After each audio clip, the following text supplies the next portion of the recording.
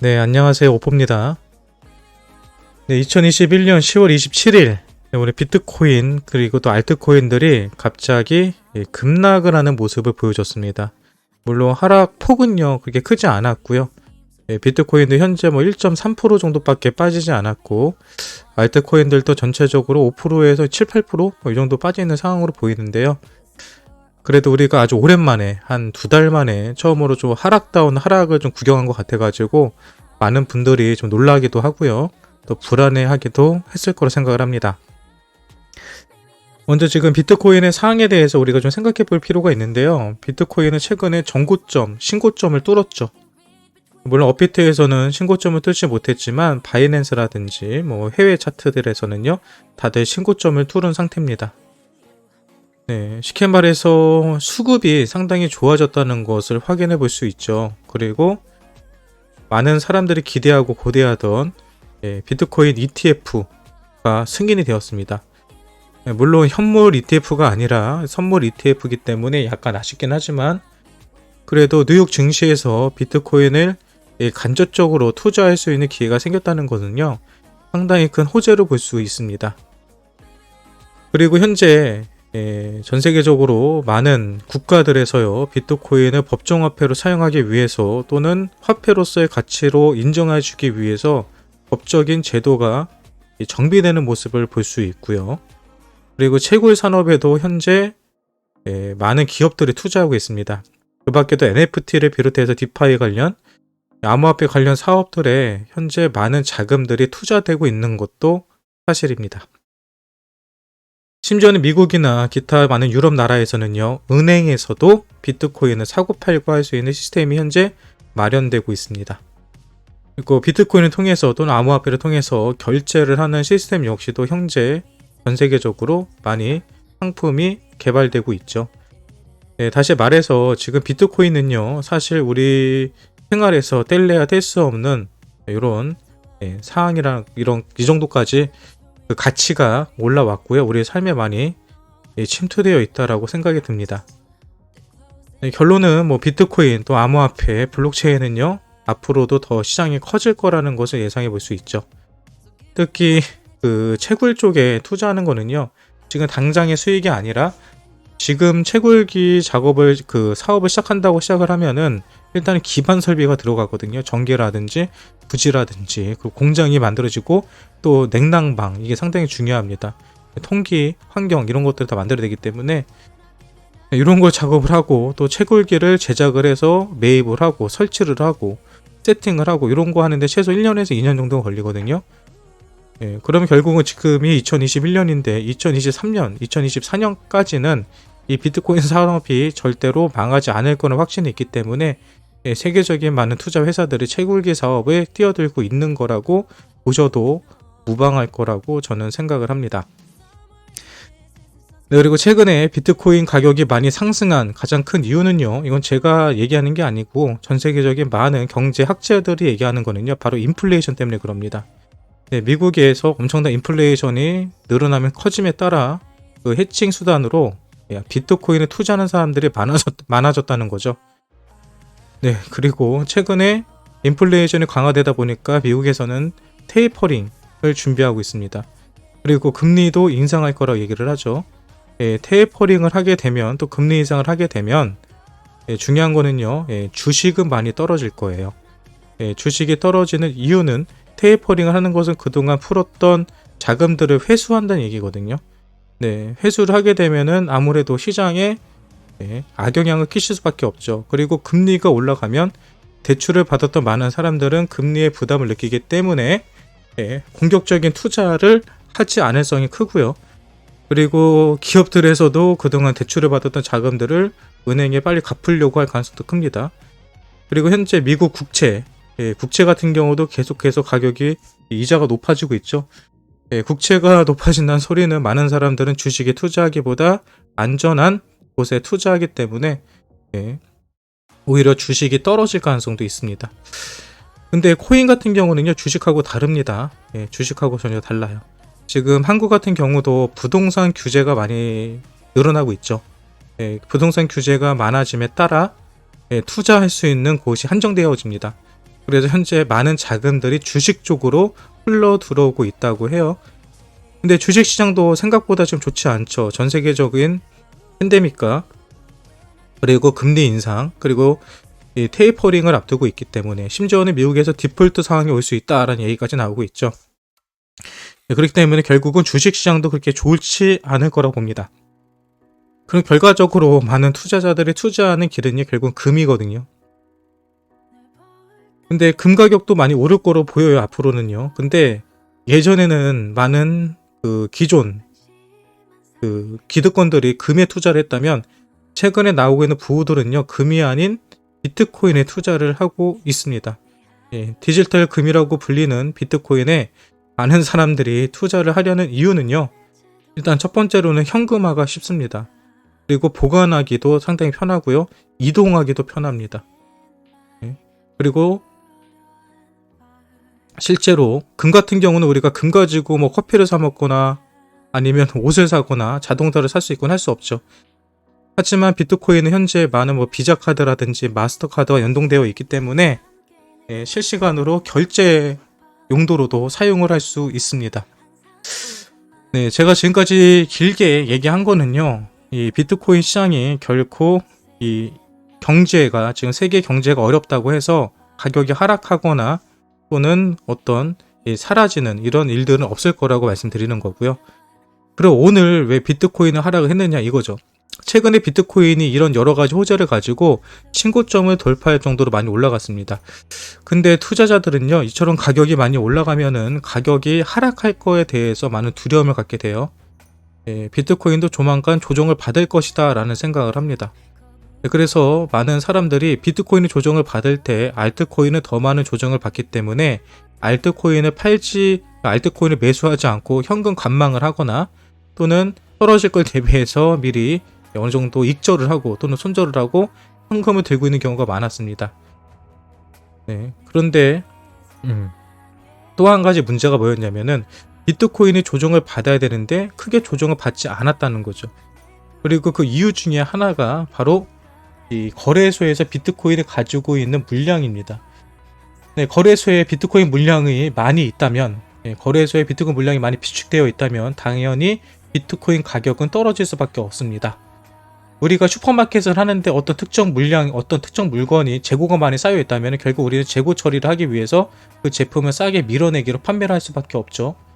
코인도 마찬가지예요. 근데 현재 비트코인의 거래소에서 가지고 있는 물량은요, 역대 최저 수준으로요, 물량이 거의 없습니다.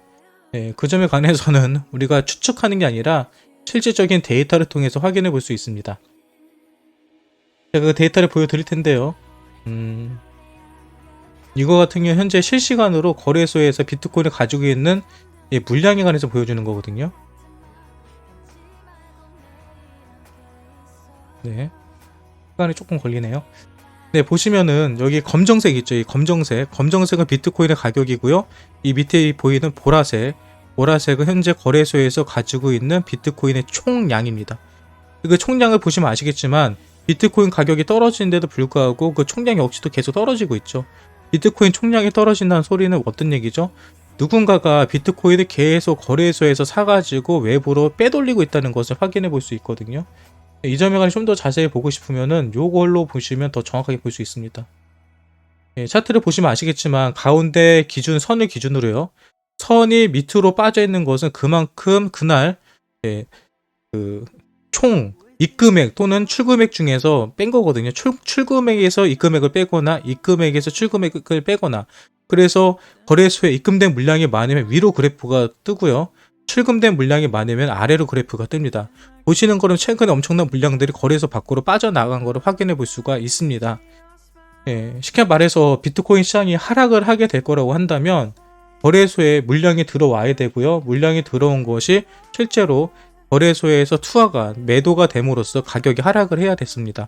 근데 지속적으로 거래소에 비트코인 물량이 적었기 때문에 저를 비롯해서 많은 사람들은요, 비트코인이 과연 조정을 받을 수 있을 것인가 라는 이런 고민을 했었죠.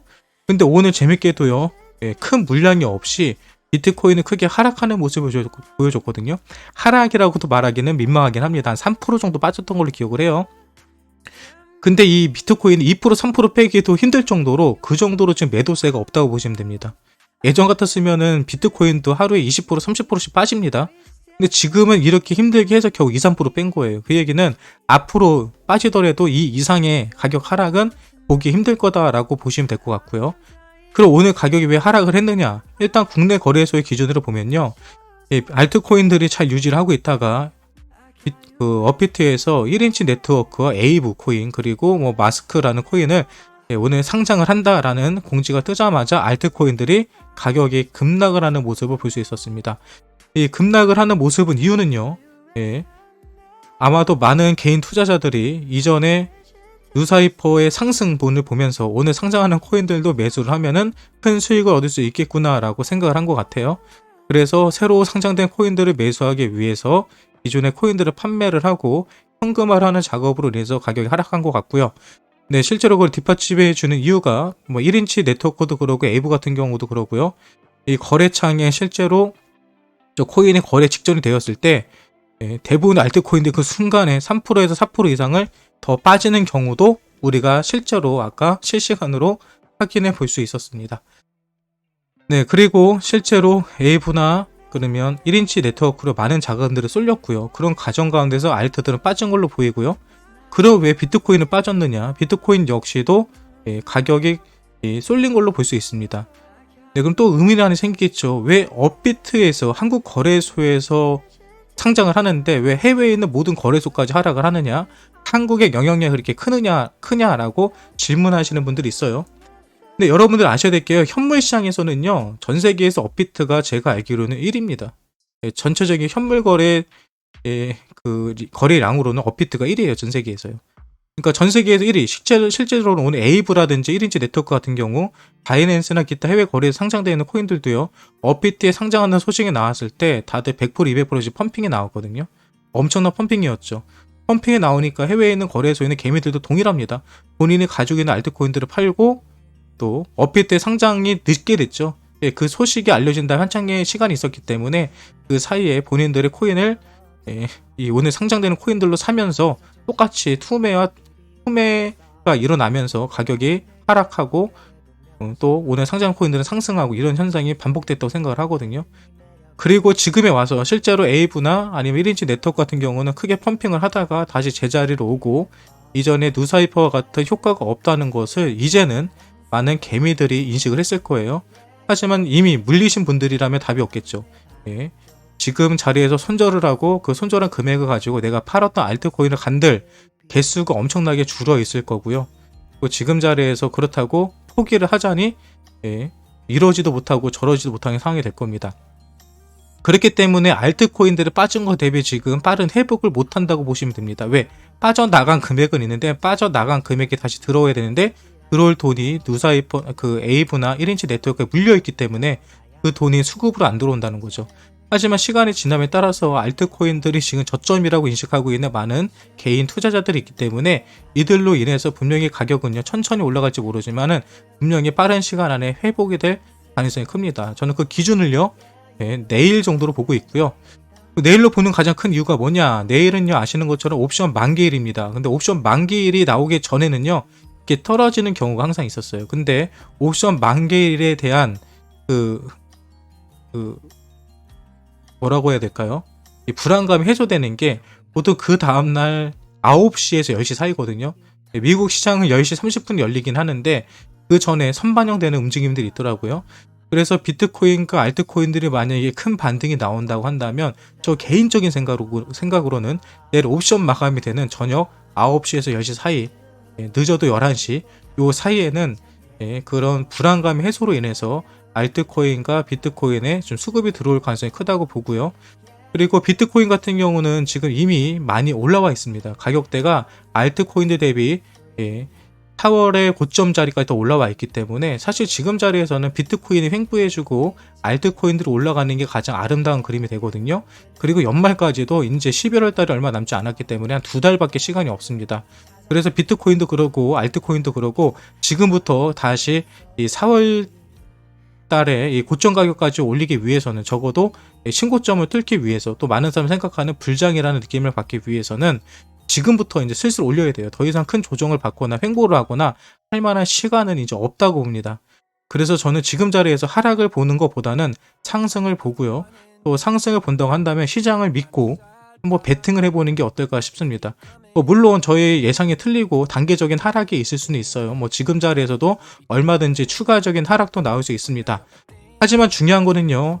초반에 제가 말했던 것처럼 이 비트코인 시장은 하루아침에 망할 시장이 아닙니다.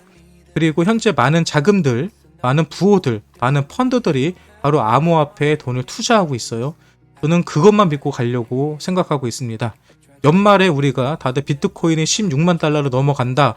비트코인 말고 알트코인들도 다 불장이 온다라고 기대를 하지만 그 기대대로 안 될 수도 있습니다. 하지만 상관이 없어요. 어차피 우리의 목적지는 정해져 있고요. 저는 그 길로 이 블록체인, 암호화폐 시장이 갈 거라고 생각을 합니다. 네.